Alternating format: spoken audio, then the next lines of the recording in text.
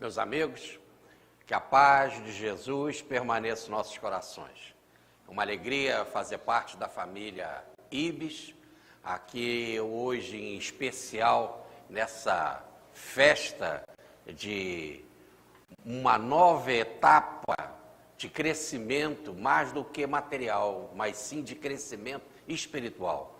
Mais espaço significa mais trabalho para Jesus. Temos mais compromissos a partir de agora, tá? Que vocês e nós possamos receber o apoio do alto para realizar tudo aquilo que foi planejado pelo alto para a concretização da vontade de Jesus na terra. Eu queria também aproveitar, em especial, dar um grande abraço, um beijão também para os amigos da TV Ibis, que possamos ter um dia em paz, de muito estudo e de muito aprendizado. Então, vamos lá.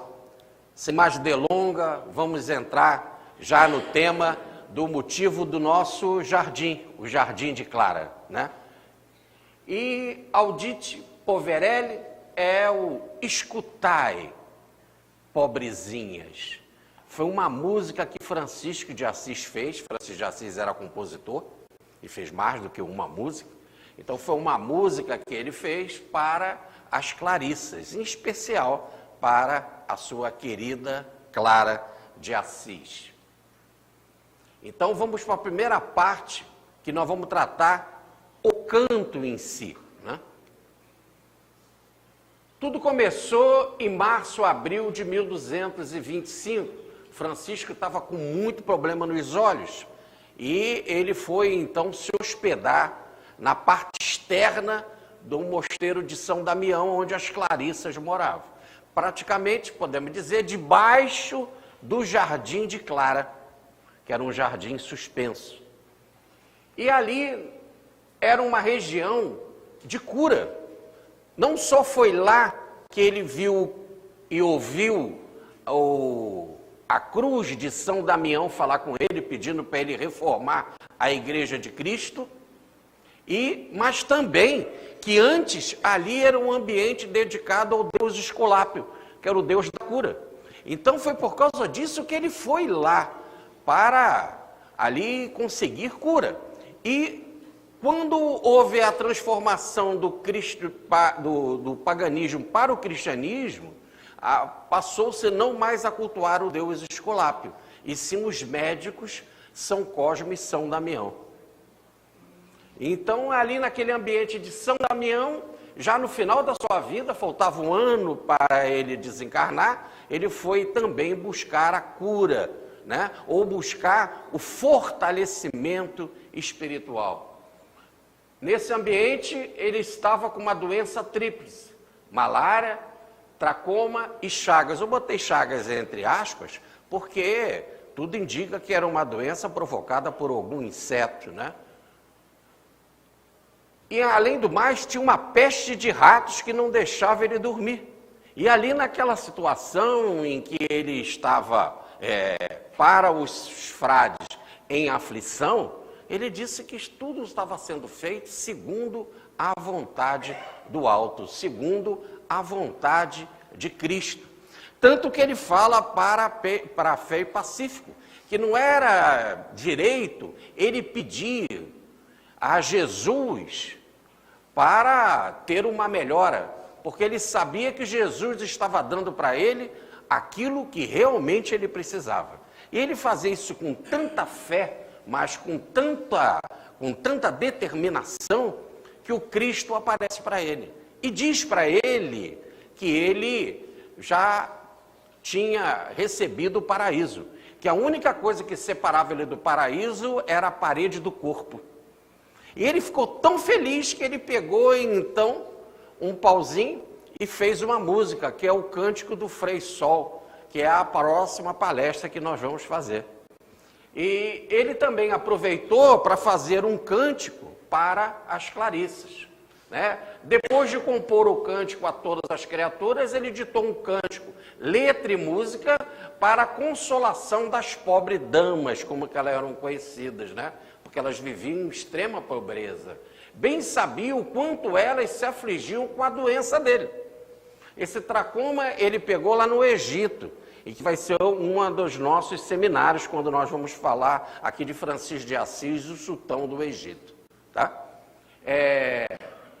Então ele bem sabia o quanto elas estavam aflitas, cuidando da doença dele. Clara chegou a bordar um pano para botar nos olhos dele, fez umas sandálias especiais por causa das chagas que ele tinha nos pés, para ele poder pisar no chão. Então, por causa disso, ele homenageia fazendo esse cântico, que estava num dialeto antigo do Vale do Espoleto, que é ali aquela região toda, que abraça também a cidade de Assis, e ele assim também escreveu o Cântico do Sol. Isso veio fortalecer mais tarde a língua popular, vulgar italiana.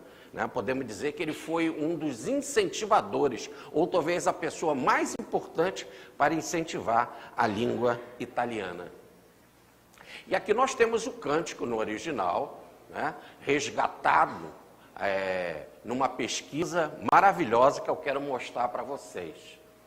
Francisco como compositor. O redescobrimento aconteceu em 1976 pelo padre Giovanni Buscali, mestre de novícios de São Damião.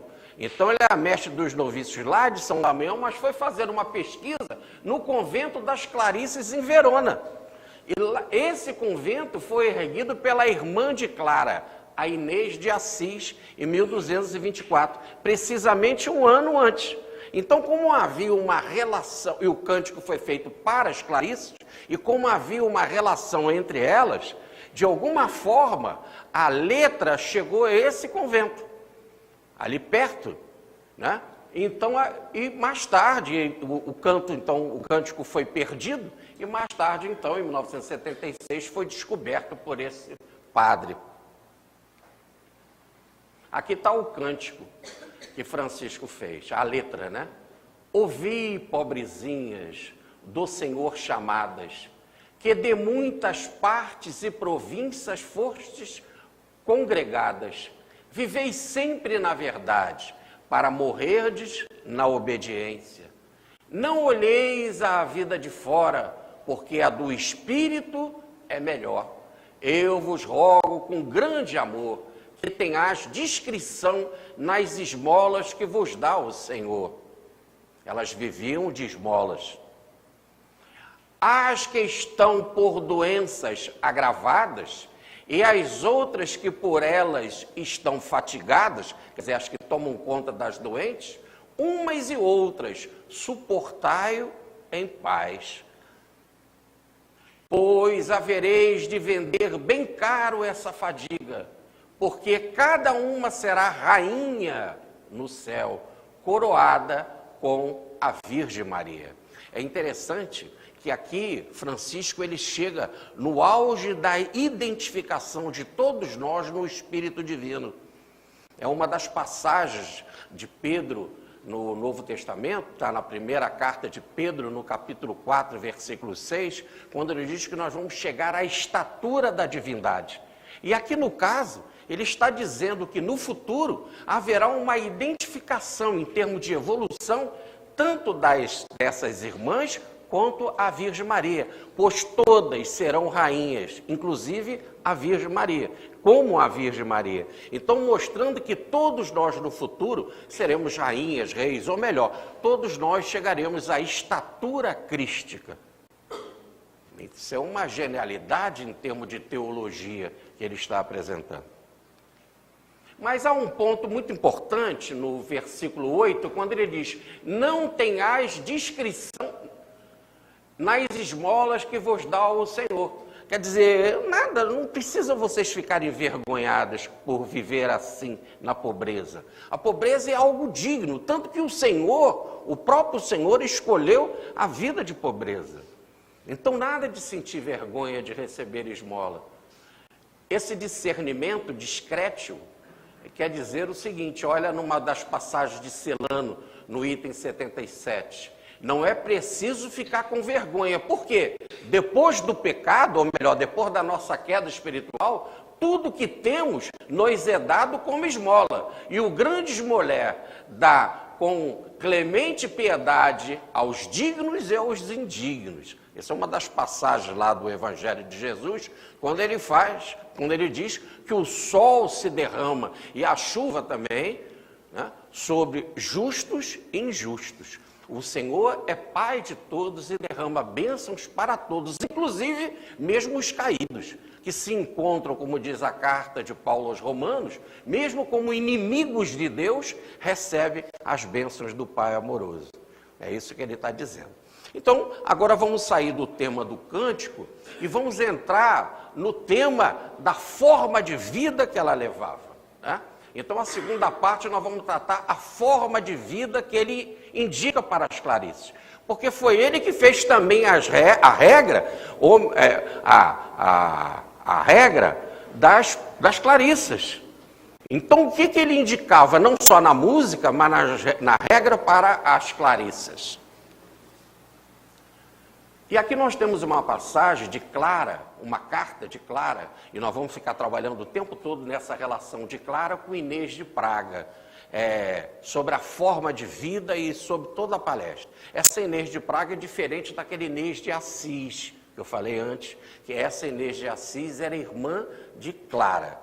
Essa Inês de Praga era uma princesa, filha de um rei na Polônia. Então, nesse exato momento, ela está falando com alguém que tinha muito dinheiro, mas que queria levar uma vida de pobreza e ser uma Clarissa. E ela vai dar, então, as orientações, vai passar para ela o que Francisco ensinou e como ela via o Evangelho e a vivência do Evangelho de Jesus. Então, ela diz nessa carta aqui, ó: se alguém te disser outra coisa, ou sugerir algo diferente, que impeça a tua veneração, não sigas o seu conselho. Abraça o Cristo pobre como virgem pobre. Então, essa é a recomendação. E por que ele fala isso? Se alguém te der um outro conselho? Porque o que mais queriam tirar eram essas mulheres da vida da pobreza. Porque Clara, por exemplo, era muito rica. Essa Inês de Praga era muito rica também, né? Então, a ideia era tirar ela dessa conduta e dar finalidade ao dinheiro, né? E fazer com que elas pudessem também ganhar dinheiro. Porque a igreja sempre viveu de recursos daqueles que doam. E era bom, então, preservar riquezas. Então ela diz assim: suportai essa insistência das pessoas para que você mude de vida. E uma delas era o Ugolino, que mais tarde vai ser o Papa Gregório IX. Ugolino foi protetor da Ordem de São Francisco. E se vocês quiserem saber quem é o Ugolino, é só ler o livro Libertação de André Luiz, né? Ali conta toda a vida desse Papa Gregório, que é amigo de Francisco, mesmo assim criou a Inquisição, poucos anos depois da desencarnação de São Francisco, né? E o livro conta os cerca de 700 anos que ele ficou no umbral. Então, olha o que ele escreve para Inês de Praga, tentando demovê-la da pobreza, dessa postura que Francisco e Clara ensinavam. Fomos estabelecidos pelo Senhor como Pai de todos os fiéis. Quer dizer, Jesus nos colocou como Pai de todos, inclusive de você, Inês de Praga. Segundo, pelo nosso serviço as almas se salvam. Então vocês vão se salvar não através de Francisco, através de Clara, e sim através do serviço papal. Terceiro, tens que receber nossos conselhos. Tem que receber o nosso conselho. O ensino de Clara era menor. O ensino correto é o meu, que é para espírito maduro. Então ele estava tentando também, não só demovê-la, mas através da lábia, dizer: olha, você é superior. Compreenda que você é superior no raciocínio do que Francisco e Clara. Por isso que eu posso te dar um alimento sólido. O que é? com relação ao abandono da pobreza e dirigir o convento e ser uma abadesa, quando ela não queria fazer a direção de uma ordem, porque ela queria ser humilde. Mas o leite que melhor lhe convinha, era o que Francisco fazia. Nós damos comida sólida. Então a pressão era muito grande. E Clara vai começar a insistir com ela. Vamos acompanhar. Então a forma de vida, Clara vai dizer, essa forma de vida é imitar Jesus Cristo. Vê, diz Clara, como por ti se fez desprezível e segue-o, sendo desprezível por ele neste mundo, com o desejo de imitá-lo. Ó, muito nobre rainha! Olha como é que ela fala. Então Cristo se fez desprezível, no sentido de que ele, como diz a carta aos Filipenses de Paulo, no capítulo 2, ele vivia na estatura divina e conviveu na forma humana, à semelhança da carne, para se igualar a todos nós, e cumpriu todas as leis do mundo, e foi humilde nascendo na palha simples da manjedoura. Então ele, que era tão grande, se fez assim, desprezível. Faça você também assim, siga o exemplo do Cristo, siga a humildade. Mesmo você sendo uma nobre rainha. Clara não queria ser pobre, prestem atenção na frase, mas seguir o Cristo, que se manifestou pobre. Isso é muito importante. A gente acha que Francisco queria ser pobre. Francisco adorava pastel de camarão, coisa boa, tá certo? Gostava de coisa boa. Agora, veja, olha só, guardemos isso. Essa informação, com detalhes, vocês poderão ver no nosso livro Um Gastrônomo no Além. Mas voltando, nesse caso, eles não queriam nem ser pobres, nem ser ricos. O que eles queriam é seguir Jesus. Como Jesus se fez pobre, então por isso que eles fizeram a opção pela pobreza. Entenderam? Então, não é pobre por pobre, porque pobre não é santo. Se você não tem a chama do amor, você não é santo. Vai continuar mendigando sem ser santo. Para ser santo, não é ser pobre, é ter a chama de amor a Cristo. Seguir Cristo. E não importa em que estado, ou na riqueza ou na pobreza. Veja o caso de Zaqueu. Quando Jesus entrou na casa dele, ele era arquimilionário. Bem-aventurado és tu, Zaqueu, pois a salvação entrou na tua casa. E Jesus não mandou ele abandonar a riqueza, né? Mas no outro exemplo, no exemplo dele, Cristo, ele seguiu a pobreza. Um exemplo pediu para se hospedar na casa de um outro, né? Vamos para a terceira parte da nossa palestra, que é o paradoxo cristão. Ela vai começar a apresentar um paradoxo para Inês, como se estivesse dizendo assim, Inês de Praga, preste atenção, não é para ser entendido aqui com a razão, é para ser entendido no coração. Só com o coração e unida a Cristo que você vai entender esse ensino. E aí vamos começar citando Paulo de Tarso aos Filipenses, como eu já citei. Ele que é de condição divina, não teve por usurpação ser igual a Deus, mas esvaziou-se a si mesmo, olha a humildade, tomando a forma de servo, e servo de todos, botou o avental e lavou o pé dos apóstolos. Eu vim para servir e não para ser servido, fazendo-se semelhante aos homens, homens pecadores, como é o nosso caso, fruto da queda, e achando na forma de homem, humilhou-se a si mesmo, sendo obediente até a morte, e morte de cruz, que era a morte mais infamante. É tão infamante que um romano não morria na cruz. Veja que Paulo foi degolado, ele recebeu a clemência da degola, porque ele era cidadão romano. É melhor você ser degolado do que ir para a cruz. Ele recebeu esse benefício.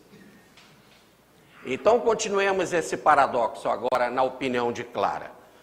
Então, ela diz para Inês de Praga, olha, considera, contempla o teu espírito. 3 fases no processo de meditação. 3 fases importantíssimas. olha, muita atenção, olha por todos os lados, observa com calma, depois considera, reflexão, olha nas escrituras, faz parte dessa reflexão. Compare com a vida de outras pessoas, compare com a vida de Francisco, compare com a vida de grandes personalidades da igreja e do evangelho. Faça a reflexão, que é um trabalho da razão com o coração. E depois você contempla. Só assim você tem a visão mística.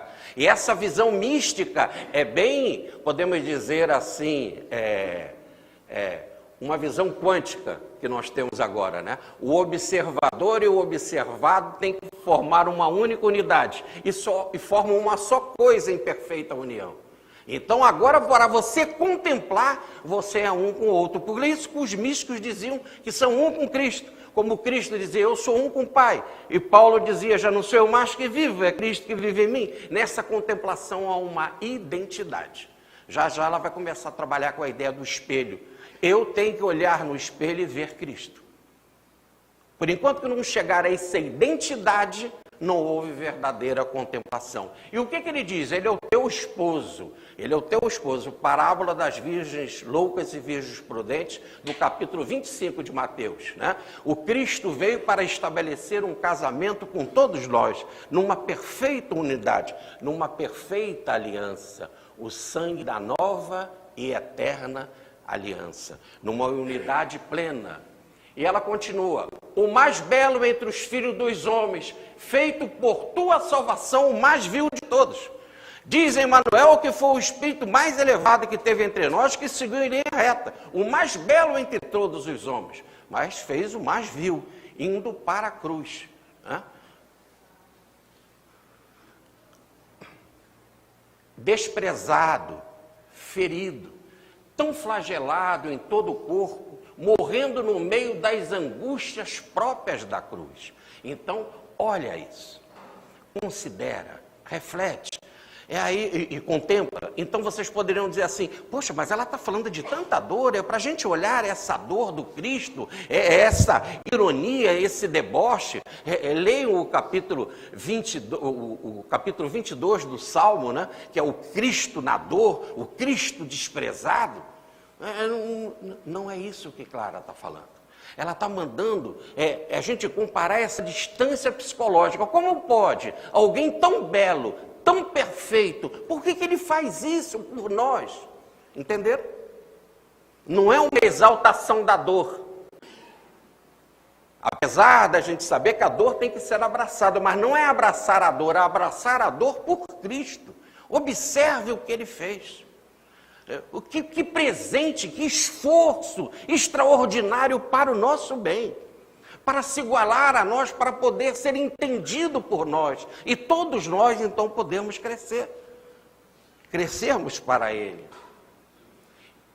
Então vamos para a quarta parte, ela vai começar a falar de um banquete crístico. Esta contemplação começa com um banquete. Você faz parte desse convite do Cristo e a sua vida se transforma numa grande festa de encontro com Cristo. E de encontro em encontro, nesse grande banquete, chegamos à unidade, onde nós vamos comer o pão e o vinho. Isto é o meu corpo, isto é o meu sangue. Fazer isso em memória de mim. Aí formamos uma nova e eterna aliança.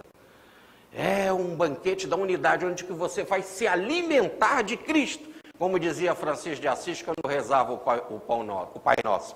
O pão nosso, vírgula, que é teu filho, vírgula, nos dai hoje. O que Francisco queria comer todo dia era Cristo, se alimentar de Cristo. Aliás, Pedro diz isso, né? Para onde nós vamos, Senhor? Quando Cristo disse que era o pão vivo, para onde nós vamos, se tu tens a palavra de vida eterna? Então é se alimentar de Cristo. Então ela convida a Inês de Praga a realizar este banquete. Ela chama de um banquete sagrado. Pode ser o mais simples de todo, mas a grande festa não é o ambiente em si, e sim o personagem que está ali presente, né? O grande convidado, o grande conviva, a presença do noivo. E como disse Jesus, quando o noivo está presente, não há jejum. Há motivo de festa, de alegria. Então, a grande presença é a do Cristo. E ela comenta: feliz de certo és tu, Inês de Praga, que podes participar desse banquete sagrado, para te unires com todas as fibras do coração àquele quem? Cristo. E ela agora vai traçar o que Cristo tem. Olha, quando você participa desse banquete, o que você absorve desse Cristo. Então eu parei ali, porque a frase continua, ela vai continuar dizendo assim, o que tem nesse banquete? E o banquete é Cristo. O que ela vai se alimentar é de Cristo. Olha quantas coisas boas, gostosas temos nesse banquete Cristo. Vamos observar. Primeiro, a beleza celeste é o mais belo de todos. A beleza é o resultado do amor. É a arte mais elevada, como nos fala a grande síntese. O último capítulo da grande síntese, né? É a sinfonia maior da vida. Cuja beleza todos os batalhões do céu admiram sem cessar. Cristo é admirado pela corte celestial. Ele é da estatura da corte celestial.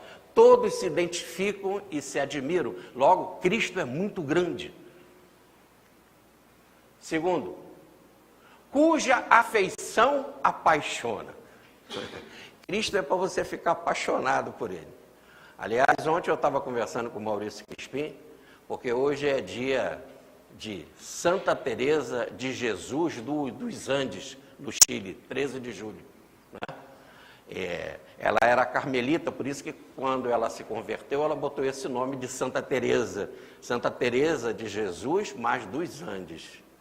E ela tem uma frase muito bacana que ela diz assim: Cristo, que és este amor louco, também me deixou louco de amor. O Cristo é um amor louco. É tão louco que saiu daquela estatura para aceitar a cruz só por causa de nós. Isso é uma loucura impressionante. E da cruz ele dizer: Pai, perdoa, porque eles não sabem o que fazem. Mais que isso, estarei convosco até o fim dos tempos, não vos deixarei órfãos nunca. Isso é um amor louco, imenso, imenso amor, cuja afeição nos apaixona. Ficamos completamente tomados. Pedro, para onde nós vamos, Senhor? Quando Jesus falou: Pedro, tu me amas? Depois de tantas interrogações, Pedro diz algo extraordinário, que só um homem imensamente grande poderia dizer. Ele joga para Jesus e diz assim: você está me perguntando se eu te amo? Olha no teu coração. Tu sabe todas as coisas, tu sabe que eu te amo. Olha, tem que ter muita grandeza para dizer assim para Jesus. Essa é a afeição, essa é a paixão. Ama tanto que na hora da cruz ele pediu para ser crucificado de cabeça para baixo, para não se comparar com aquele que é a afeição máxima na sua vida. Onde ele largou tudo. Largou o barco, largou a vivência com a família, largou a sua companhia de pesca e a toda a sua vida, inclusive na hora da morte, feliz se entregando a Cristo. Cuja contemplação restaura. Isso é muita teologia, muito profundo. Quando você consegue sair do olhar, sair da reflexão e contempla Cristo, você se identifica com Ele. Se você se identifica com Ele, você se restaura. Você sai desse homem enfermo, desse homem doente, desse homem pecador, se restaura como uma obra de arte arranhada e volta a ser belo em Cristo. Volta a ser perfeito em Cristo. Essa é a restauração. Ela olha no espelho e vê Cristo. É isso que a gente espera e como uma grande restauração. É isso que a evolução está fazendo conosco. A evolução está nos arrumando, está nos preparando dia a dia para sermos Cristo. Cuja bondade nos sacia. É tão bom que você fica alimentado. Todo cristão fica cheio, às vezes até esquece de comer, porque a maior alegria está nesse serviço ao Senhor. Cuja suavidade preenche. Aqui a suavidade é que Cristo não é violento, Cristo não impõe, Cristo não determina. Cristo, ele convoca pela simpatia, pela afeição do amor. Aí ele mesmo disse: vinde a mim, todos que se encontram aflitos e sobrecarregados, que eu vos aliviarei. Tomai sobre vós o meu jugo e aprendei de mim, que sou manso e humilde de coração, e encontrarei repouso para as vossas almas. Então nós estamos vendo que é algo suave, algo que penetra sem impor, porque convoca por amor, cuja lembrança ilumina suavemente. Recordar Ele, toda vez que nós recordamos no Senhor, nós nos iluminamos. É muito interessante que certa vez São Francisco disse assim: eu não preciso ler as Escrituras, eu já trago ela de memória. Se ele trazer ela de memória, significa que tudo era recordação. Se tudo era recordação na vida dele, tudo era iluminação. Ele estava sempre presente diante dessa luz. Bezerra de Menezes fala a mesma coisa. Sou espírita inconscientemente. Quer dizer, essa verdade está em mim. Sei que é assim porque isso está em mim. Nasci assim, como ele fala, de berço. Então, essa é a grande oportunidade que nós vamos ter no Carreira Evolutivo, quando nós tivermos toda a vida do Cristo viva em nós. Para dizer, agora, como Paulo, o meu viver é Cristo. É um viver tal que até morte é lucro, como ele afirma. Cujo perfume dará vida aos mortos. Aqui é ensinamento muito profundo. O perfume do Cristo dá vida aos mortos. O Chico Xavier tem mais de 100 obras só falando de jovens do além, de jovens desencarnados, normalmente por acidentes violentos, e que voltaram para contar a saga, o drama deles no plano espiritual. E é interessante que todo o processo de desencarnação, na hora que vai romper o cordão de prata, e só ali que há desencarnação, para o médico houve a desencarnação. Já pode até começar o velório, mas o cordão de prata ainda não foi rompido, como está no livro do Eclesiastes de Salomão, no capítulo 12, versículos de 5 a 7. Antes do espírito voltar a Deus que o fez, e do corpo voltar a ser pó, é necessário que se rompa o cordão de prata. Esse romper é só aí que é o processo da desencarnação. Por isso que 4 dias depois Jesus mandou Lázaro voltar do túmulo, porque esse cordão ainda não havia sido desligado. Esse romper só se faz por espírito grande. Pode olhar em toda a literatura de Chico Xavier, nunca aparece um espírito comum desse dos dia a dia da nossa vida. É sempre da estatura de Bezerra de Menezes, Eurípides Barçanufo, Caio Schüttel e outros. Usei 3 linguagens, 3 nomes do espiritismo, porque está mais próximo de nós. Só almas grandes são autorizadas pelo alto para fazer esse desligamento. Porque se não exalar o perfume do Cristo, se não tiver a grandeza do Cristo na alma, exalando ela, não tem autorização para processo assim tão importante. Logo, o respeito e o dever que nós temos para com a vida e para com o processo da desencarnação. E aí eu trouxe aqui, como é que faz? Muito bem. Ele trouxe aqui uma informação muito interessante que diz assim, olha como fala Paulo aos Coríntios: na verdade, somos para Deus o bom perfume de Cristo, entre aqueles que se salvam e os que se perdem. Então nós temos 2 tipos de ser humano, aqueles que estão indo no caminho do bem e aqueles que estão indo no caminho do mal. E, no caso, é esse perfume crístico, é essa força magnética crística, essa aromaterapia é que vai fazer com que os salvos caminhem cada vez mais para o alto e os perdidos possam também ser recuperados. Vou explicar com mais detalhes isso, agora saindo um pouquinho de Clara e entrando em Chico Xavier, para entendermos esse perfume como processo de libertação. Olha como que a espiritualidade fala de flores e cores. As flores, tanto as cores, emitem recursos de extrema sutileza. Olha lá, olha a importância das flores. Por isso que o nosso IBS está lotado aí de planta, né? Norma, um beijo para você, tá? Então, lotamos o IBS aí de plantas, porque realmente é algo abençoado. Olha o jardim de Clara, olha o jardim de Francisco. O vermelho cria raios excitantes. O verde proporciona repouso. O azul emite calma curativa. O amarelo vivo irradia forças contundentes. O escuro, tendendo ao negro ou ao preto afirmativo, produz raios paralisantes. Não é negativo. Muitas vezes um espírito precisa ser contido.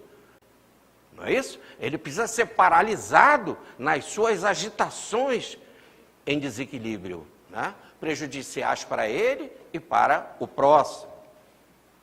Então, em especial, a rosa. Olha lá, vamos botar ali um destaque para a rosa. O jasmim, guardem esse destaque para a rosa. A rosa, o jasmim, a acácia produzem forças. Todos nós podemos fluidificar, diz a espiritualidade. Aqui quem está falando é o Espírito Ney Lúcio, através do Chico Xavier. Todos nós podemos fluidificar as flores, tanto quanto a água ou os objetos coloridos. Ora, então a gente só costuma no Espiritismo fluidificar a água, mas ele está dizendo que a gente pode fluidificar flores e objetos. Ministrando os raios que lhes são próprios com os nossos. Quer dizer, os raios do magnetismo humano com os raios do magnetismo espiritual, dos espíritos e dos encarnados, visando determinados fins. Quais são os fins? Muitos, os mais variados. Olha lá o que as cores fazem, cada uma. Então, os fins, os mais variados. Continuemos. Vamos falar em particular da rosa. É a espiritualidade falando. Era aniversário de desencarnação do espírito Ney Lúcio. Peço a vocês, quer dizer, os companheiros do culto do lar onde o Chico estava recebendo a comunicação, peço a vocês comemorarem a data nos trabalhos públicos de sexta-feira no Centro Espírita Luiz Gonzaga, onde tem o serviço que me é valioso. Então ele lá no Centro Espírita Luiz Gonzaga, que atendia a população toda que vinha de todas as partes do Brasil e do mundo, ele também cuidava do serviço do passe. E era aniversário dele. E como que ele queria que o aniversário dele fosse comemorado? Olha, ele um desencarnado mentor. Querida Maria, ele está falando agora para a nora dele, né? Só que ele estava desencarnado. Querida Maria, não precisa dar-me o bolo dos 17 primaveras de desencarnação. Mas, em lugar deste brinde, que era o bolo que ela estava pretendendo, aceitarei flores na casa de nossas atividades espirituais, lá no Centro Espírita em Pedro Leopoldo. Rogo-lhes a abstenção de qualquer referência do meu nome. Nada de ficar fazendo elogio para mim, tá certo? Muito pelo contrário, devemos dar um basta às vaidades humanas, ao ego. As flores serão aproveitadas por mim no serviço que devo aos necessitados e sofredores. Ora, então ali vão tanta gente tomar passe, ele também cuidava do serviço do passe, ele usar as flores para tratar as pessoas. Olha aí o perfume que Clara estava dizendo, né? Não precisam enviar muitas cópias desse material, mas as rosas que tanto estimamos, desejo, compareço em nossa festividade. Não precisa muito, tá certo? Com umazinha ou com algumas, a espiritualidade já faz coisas maravilhosas. Tudo bem? Então, os mentores maiores sabem muito bem trabalhar com a aromaterapia. Vamos continuar aprofundando. Aromoterapia. Continua o espírito, né, Lúcio? Emanações das plantas. Medicação destinada ao revigoramento. Condensação de perfumes. Olha lá que Clara estava falando. Por isso que ela tinha o jardim dela. E Francisco, quando ficou fora do espaço, do convento, ficou debaixo do jardim de Clara. Então, condensação de perfumes. O aroma se reveste de muita importância para as esferas imediatas, olha, para a nossa cura. Mormente para as entidades que abandonam recentemente a carne. Aqui a Clara sabia coisas que a gente está dizendo assim, mas o Ney Lúcio veio contar isso para a gente, e a gente ainda nem utiliza e nem entende ainda. Clara já sabia, entenderam? E para quem comungava o banquete do Cristo, que era Inês de Praga, ela dividia esse conhecimento. Para o processo de desencarnação é muito importante. Por isso que os perfumes são usados para revigorar na morte, diz Clara. Um dia, fala a espiritualidade agora, por que nós não conhecemos, hein? Porque só os grandes iniciados sabem. Um dia, não remoto, aguardem, talvez seja na era Ibis ainda, hein? Quem sabe? Um dia, não remoto, a ciência do planeta saberá distribuir a vida e o refazimento. Guardem isso que é muito importante. A vida e o refazimento. Então ela é boa para nos manter e é boa para nos restaurar. Ela o quê? As flores, os aromas. O alto, recado para nós, o alto ainda não autorizou maior amplitude. Por isso que só esses grandes homens sabem esses segredos. O alto ainda não autorizou maior amplitude de ação à inteligência do homem nesse setor. O progresso é uma arma de 2 gumes. Pela inteligência apurada, a elevação e queda. Um homem muito inteligente que sabe lidar com esses aromas, ele pode cair ou ele pode se elevar. É algo perigoso para sua glória ou decadência. É um problema de direção da mente. Aqui tem algo muito importante que precisa ser dito. Então, como a aromaterapia, o perfume, mexer com as flores, está ligado muito ao processo de desencarnação, por isso que não coloca nas nossas mãos. Porque nós ainda não somos do bem, entenderam? E naqueles nossos lampejos, que temos mais ele do que do bem, de raiva, de ódio, de vingança, né? De se sentir traído, o que nós não faríamos com essa tecnologia espiritual? Por isso que ainda não está permitido. O perfume que contém princípios sublimes para restaurar o tecido vital do corpo denso e do perispírito pode igualmente ser portador de morte. Olha o perfume portador de morte. Segundo a aplicação que lhe dermos. E como o perfume atrai, né? Por isso que a gente bota perfume, né? Repare as propagandas, né? Sempre aparecem aquelas pessoas quando botam perfumes em termos de atração, de beleza, e que acaba fascinando, dominando o outro. Eu tinha uma tia, tem, porque a desencarnação não mata ninguém, que ela dizia assim, quando eu dançava, ela adorava dançar com o homem, quando eu vejo aquele perfume mais uma vez, em outro momento, em outra situação, com outro perfume, com outra pessoa, eu volto lá para aquela dança que eu tinha. Olha como é uma memória o perfume. Certa minoria de estudiosos honestos se acham preparados para lidar construtivamente. Ney Lúcio, todas essas entidades fazem desligamento espiritual, Clara, Inês de Praga. Então são apenas uma minoria que por enquanto tem esse domínio. E é tão grave que fala o Antigo Testamento. Mirra, cinamomo, cálamo, cássia e azeite. Disto farás o óleo sagrado para unção. O perfume composto segundo a arte do perfume. É uma arte do perfumista. Qualquer que compuser o óleo igual a este, ou dele puser sobre um estranho, será eliminado. Livro do Êxodo. Então, Moisés já sabia que isso não poderia ser recurso para a população, esse conhecimento ainda. Tá certo? Mas existe o perfumista, aquele que tem a arte. Esse sim, conhece, e conhece muito bem os segredos. E aí ela continua nesse banquete, cuja visão gloriosa tornará felizes todos os cidadãos da celeste Jerusalém. Por quê? Porque nós vamos contemplar o espelho, e quando contemplarmos o espelho, será espelho de glória eterna, o brilho da luz perpétua e o espelho sem mancha. Imagina você olhar para o espelho e só ver luz. Quando você olhar para o espelho e só ver luz, você se cristificou. Esse é o espelho final, tá certo? Em que você vai se projetar na glória crística.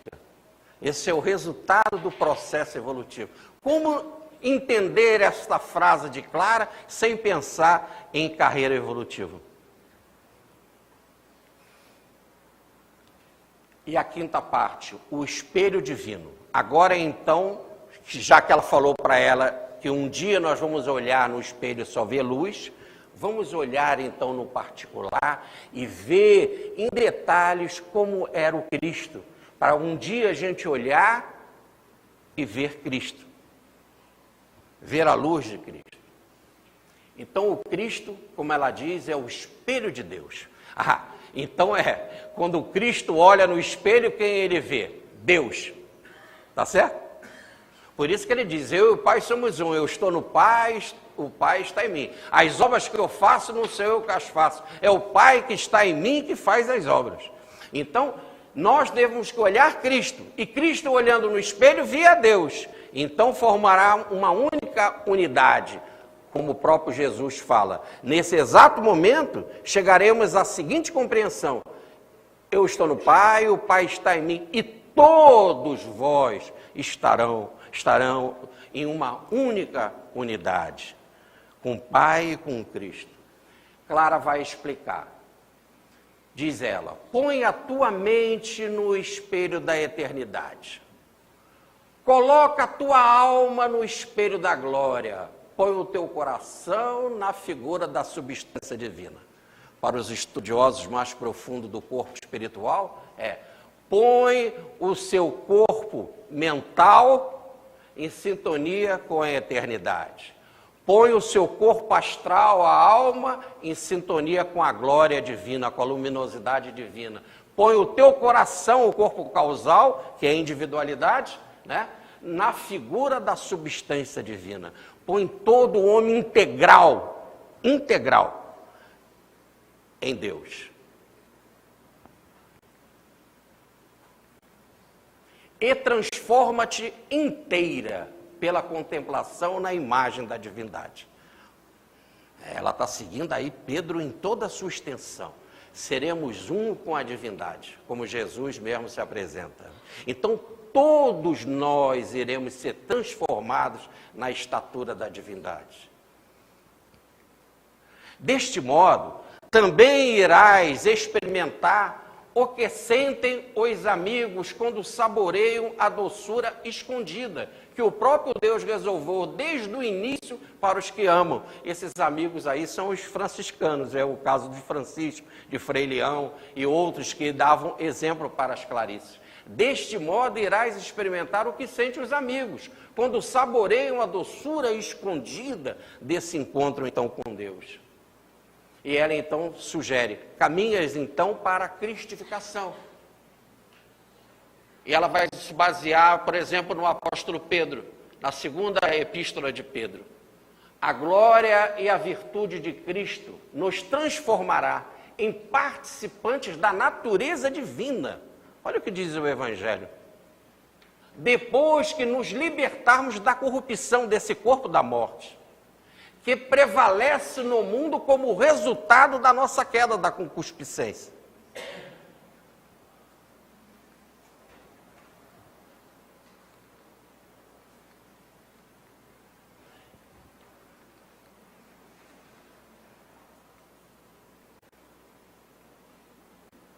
Opa.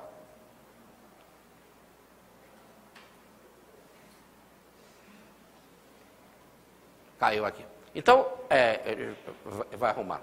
Então, Clara, posso voltar?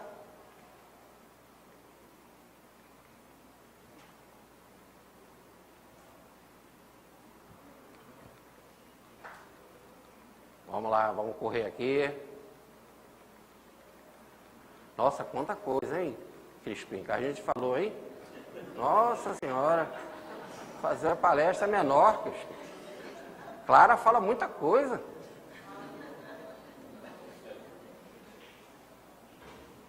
Mas a gente persiste, né?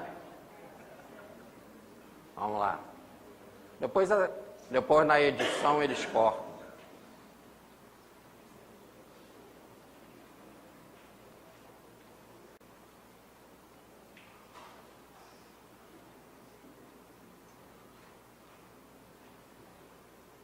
Pronto. E agora é Paulo falando. E nós todos que, com a face descoberta, refletimos como num espelho a glória do Senhor. Olha da onde que ele está tirando isso. Está tirando de Paulo. Paulo está dizendo que a gente também, quando olhar no espelho, temos que ver a glória de Jesus. Somos transformados nessa mesma imagem, cada vez mais resplandecente, pela ação do próprio Jesus, que é o Espírito que move essa realização. Continua agora Paulo na segunda carta aos Coríntios. O conhecimento da glória divina resplandece na face de Cristo. Se Cristo resplandece Deus, eu também resplandecerei Deus, olhando, transformando a minha vida. E como é que se faz para fazer isso? Ela vai ensinar passo a passo a Inês fazer isso. Então vamos lá. Presta atenção. Começa ela. Presta atenção. Vou ensinar para você o passo a passo, para você se cristificar. Nesse espelho resplandece a bem-aventurada pobreza, a santa humildade e a caridade. O que tem lá no espelho que é Cristo? Tem a humildade, tem a pobreza e tem a caridade. Fazendo isso, botando isso na sua vida, você vai se identificar com ele. E aí recordemos aquele paradoxo cristão. Olha, considera, contempla o teu esposo, o mais belo de todos, mas que se fez sofredor de todos. Segue esse exemplo. Olha, considera, contempla. Ela volta a dizer, presta atenção. Olha no princípio do espelho. Se o espelho é Cristo, quando ela diz, olha no princípio, ela está dizendo, começa do começo, começa contemplando o Cristo no nascimento. O início da vida de Cristo. Ela quer dizer que toda a vida do Cristo, do nascimento à ascensão, toda a vida do Cristo, nós precisamos transformar para nós, transformar para a nossa vida. E ela então começa assim, vamos devagar, começa do início, lá do princípio do espelho, ou melhor, do princípio da vida de Jesus. A pobreza daquele que, envolto em panos, nos braços de Maria, foi posto no presépio. E São Francisco foi o criador do presépio, né? Em 1223. Admirável humildade, estupenda pobreza. O rei dos anjos repousa numa manjedoura. Início da sua meditação. Ela está ensinando um processo meditativo. Medita nisso no início. Veja como aquele que era tão rico, tão rei, tão poderoso, se fez pobre numa manjedoura. Começa a olhar, considerar e contemplar isso. E quando você contemplar, você vai contemplar essa pobreza de Cristo, vai se transformar nela. Presta atenção no meio do espelho, agora no meio da vida do Cristo. Considera a humildade, ou pelo menos a bem-aventurada pobreza, as fadigas sem contas, as penas que suportou, pela redenção do gênero humano, os deboches, a ironia, né? Trazia uma moeda para ele, perguntava, o que eu devo fazer com essa moeda? Devo pagar imposto? E ele com toda a calma respondia, as fraquezas, o medo, chamaram ele de glutão, chamaram ele de beberrão, chamaram ele de mentiroso. E diante disso tudo, considera como ele foi humilde e como se manteve pobre. Desde o início, quando ele nasceu, ele se manteve pobre, mas agora também manifesta essa virtude extraordinária da humildade. Agora presta atenção no fim. Pega a vida final do Cristo, desse grande espelho, e olha, considera, contempla. Contempla a caridade inefável, com que quis padecer no leito da cruz e nela morrer, a morte mais vergonhosa. Então agora vai lá para a cruz. Medita em todo aquele cenário da cruz. Quanto tempo nós temos que passar em cada fase? É da evolução de cada um. Mas usa o processo de meditação o máximo que você puder em cada fase. E vai gradativamente, como se dissesse, dizendo assim, a vida do Cristo é uma pedagogia extraordinária. É como um jardim, não adianta a gente pegar o botão e querer ter a rosa, que você vai perder o perfume, você vai perder a flor. Então é um processo interior, contempla devagar, vai pedagogicamente, vai do início para o meio e para o fim, mas observa a vida dele toda, porque a vida dele toda é exemplo. Diz o Livro dos Espíritos na pergunta 625, é o nosso modelo. Se o nosso modelo contempla todas as fases da vida dele. Aí ela faz então a advertência do Cristo, né? Assim, posto no lenho da cruz, isso é lá no fim, né? Assim, posto no lenho da cruz, o próprio espelho advertia a quem passava para o que deviam considerar. Agora ele está dizendo que o próprio Jesus da cruz ensinou aqueles que estavam observando ele na cruz. Por isso que ele perdoou e se manteve calmo, para poder nos ensinar, inclusive da cruz. E ela vai começar a traçar o que o Cristo ensinou na cruz. E que ela, a Inês, devia de considerar. O martírio de amor. Ó vós, diz o Cristo. E ela coloca agora como se fosse uma revelação mediúnica, o Cristo na boca dela, ela como canal passando a mensagem do Cristo para a Inês. Ó vós todos que passais por esse caminho aqui onde eu estou crucificado, olhai e vede se há outra dor igual à minha.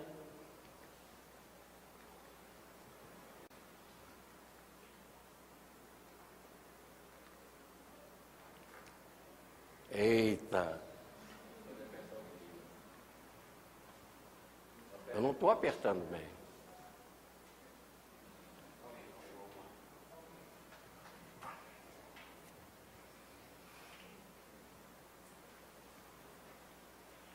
Respondamos a uma voz, né? Vamos voltar lá para a gente recordar. O Cristo fala, ó vós todos que passais pelo caminho, olha e vede se há outra dor igual à minha. E aí o homem responde, respondamos a uma só voz, num só espírito, ao que clama e grita, que é Cristo que clama e grita.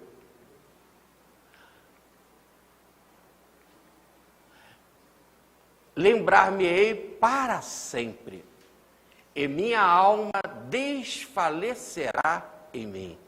Aí chega-se ao fim do processo da meditação. O Cristo pede, olha, observa, veja se há alguma dor igual à minha. E a alma então responde, ela quer que a Inês de Praga, como ela e como Francisco, responderam a esse grito, a esse clamor do Cristo. O quê? Nunca mais vamos esquecer, vamos lembrar sempre. E quando a gente lembra, a gente fica iluminado de Cristo. E nessa lembrança constante desse serviço de amor que Cristo fez por nós, vai começar a desfalecer a alma. Ou melhor, o corpo psíquico, o corpo astral começa a desfalecer. E ele é o modelo organizador biológico, então você não reencarna mais. O espírito puro, pergunta 113, não reencarna mais. Desfaleceu toda a parte humana, toda a parte biológica e só sobrevive a parte perfeita, em luz, em glória, em amor do Cristo. É esse o ensinamento do cântico de Francisco e que Clara ensina para Inês de Castro. Muita paz, fica com Deus, tá?